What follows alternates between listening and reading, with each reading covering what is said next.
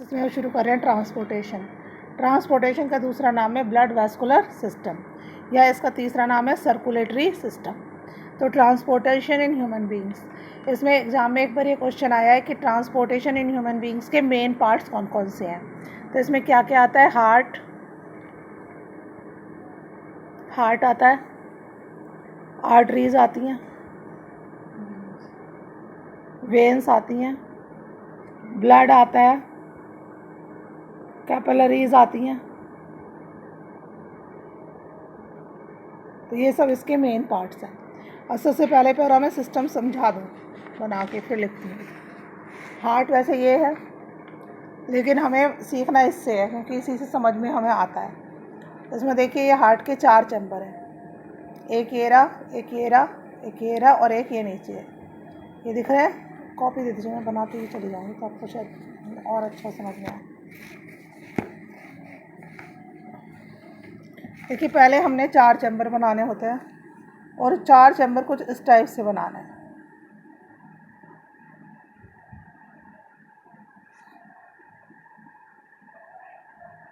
ये ऊपर एट्रियम है और नीचे वेंट्रिकल है। इधर की तरफ आपका तो लेफ्ट हैंड है लेकिन सामने से पड़ रहा है, तो ये राइट पार्ट होता है। कौन सा पार्ट होता है? राइट। तो ये राइट एट्रियम है और ये राइट वेंट्रिकल है। और जो राइट पार्ट है इसमें इम्प्योर ब्लड फ्लो करता है। कौन सा ब्लड फ्लो करता है? Impure blood. ठीक है, फिर ऐसे इधर बनेगा,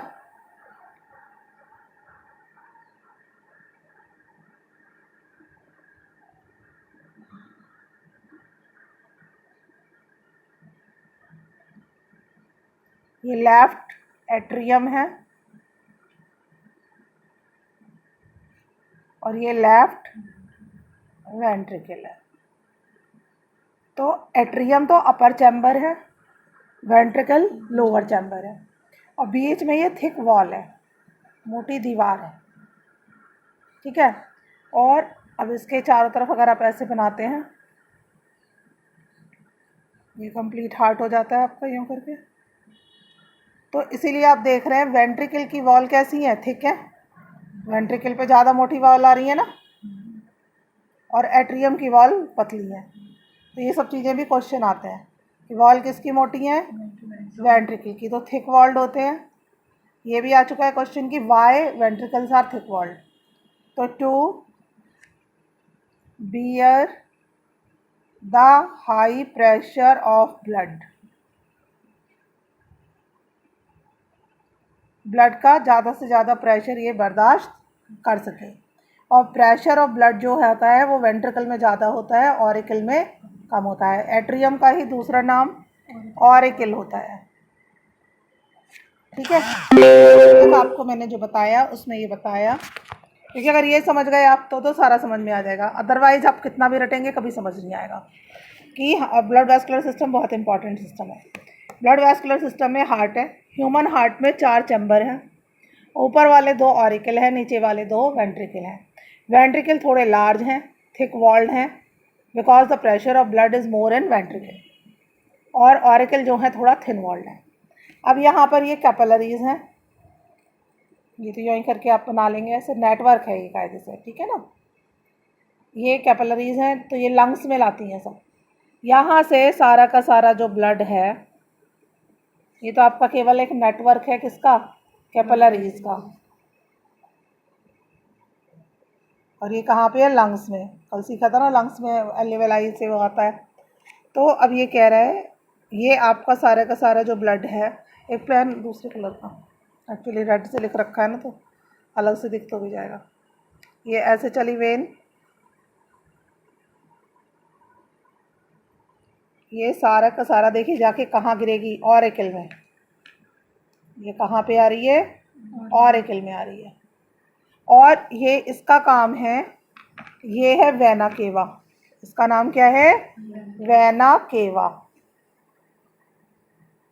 वेना केवा के बारे में भी पूछते हैं। वेना केवा का मैं सबका साथ साथ लिख रही हूँ, उससे आपको पढ़ने में बहुत इजी रहेगा। वेना केवा लार्जेस्ट वेन है,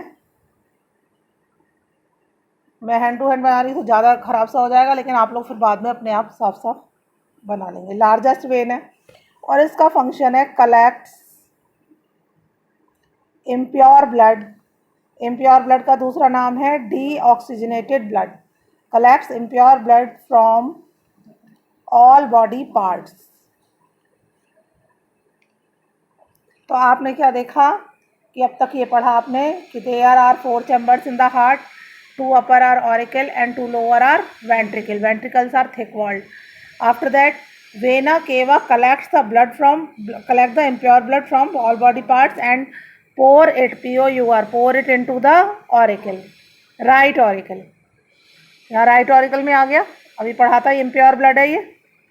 अब ये ऑरिकल ऊपर से जैसे बलून होता है ऐसे कॉन्ट्रैक्ट करेगा। जब ये कॉन्ट्रैक्ट करेगा तो सारा ब्लड कहाँ आ जाएगा, नीचे आ जाएगा, राइट वेंट्रिकल में आ जाएगा। और यहाँ पर आपके कोर्स में नहीं है लेकिन यहाँ बीच में वाल्व होते हैं, वाल्व मतलब दरवाजे। तो वो दरवाजे क्या करते हैं कि ब्लड के फ्लो को ऊपर से नीचे तो आने देंगे लेकिन नीचे से ऊपर नहीं जाने देंगे। फिर यहाँ से एक आर्टरी निकली होती है, यहाँ से निकली है।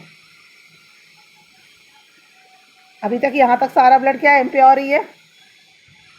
ये आर्टरी फिर ले जाके ब्लड को लंग्स में डालेगी और लंग्स के लिए मैंने बताया था ऐसे करके हम कैपिलरी फंक्शन सा दिखा देंगे बस।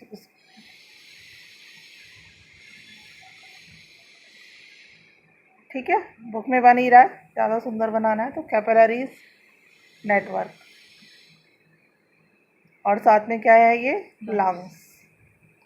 ये जो ये ले जा रही है ये पल्मोनरी आर्टरी है।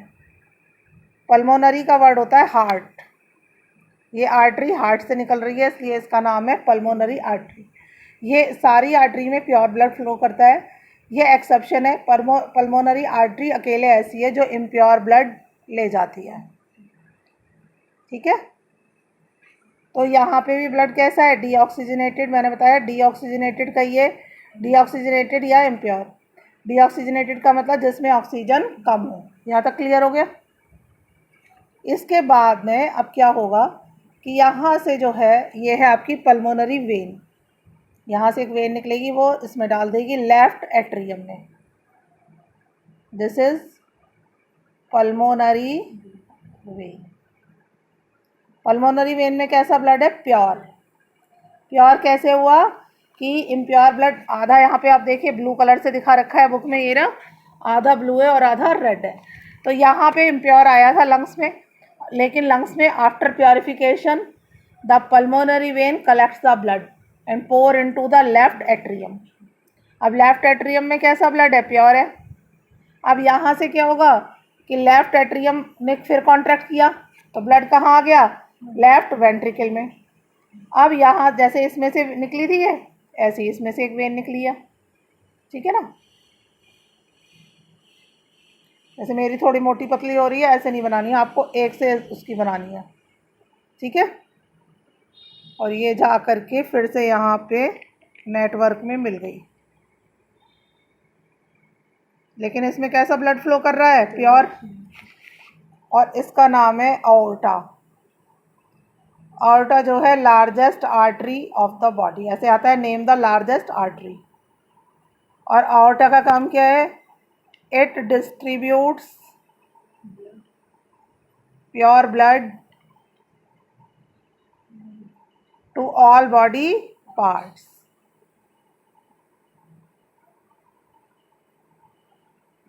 तो दोबारा देख लें एक बार। देखिए ये हमने बताया है आपको कि इसमें हार्ट में हमारे 4 चैम्बर्स हैं, 2 ऑरिकल और 2 वेंट्रिकल। राइट साइड में इम्प्योर ब्लड है, लेफ्ट साइड में प्योर ब्लड है। Walls of ventricle are thick to bear the pressure of blood. Vena cava, ये वेना केवा जा रही है, मैंने स्टार्टिंग से बनाते हुए दिखाया है। Vena cava collects the impure blood from all body parts and pour it into the right auricle. When right auricle contracts, the blood comes into the right ventricle. When right ventricle contracts, the blood is carried by pulmonary artery and pour into the lungs or capillaries. Till then, the blood is impure. After that, it becomes purifies into the lungs. Then the pure blood is carried by pulmonary vein and pour into the left atrium. When atrium contracts, the blood comes into the left ventricle. From left ventricle, when left ventricle contracts, the pure blood is carried out by the aorta. Aorta is the largest artery which distributes the pure blood into the whole body parts.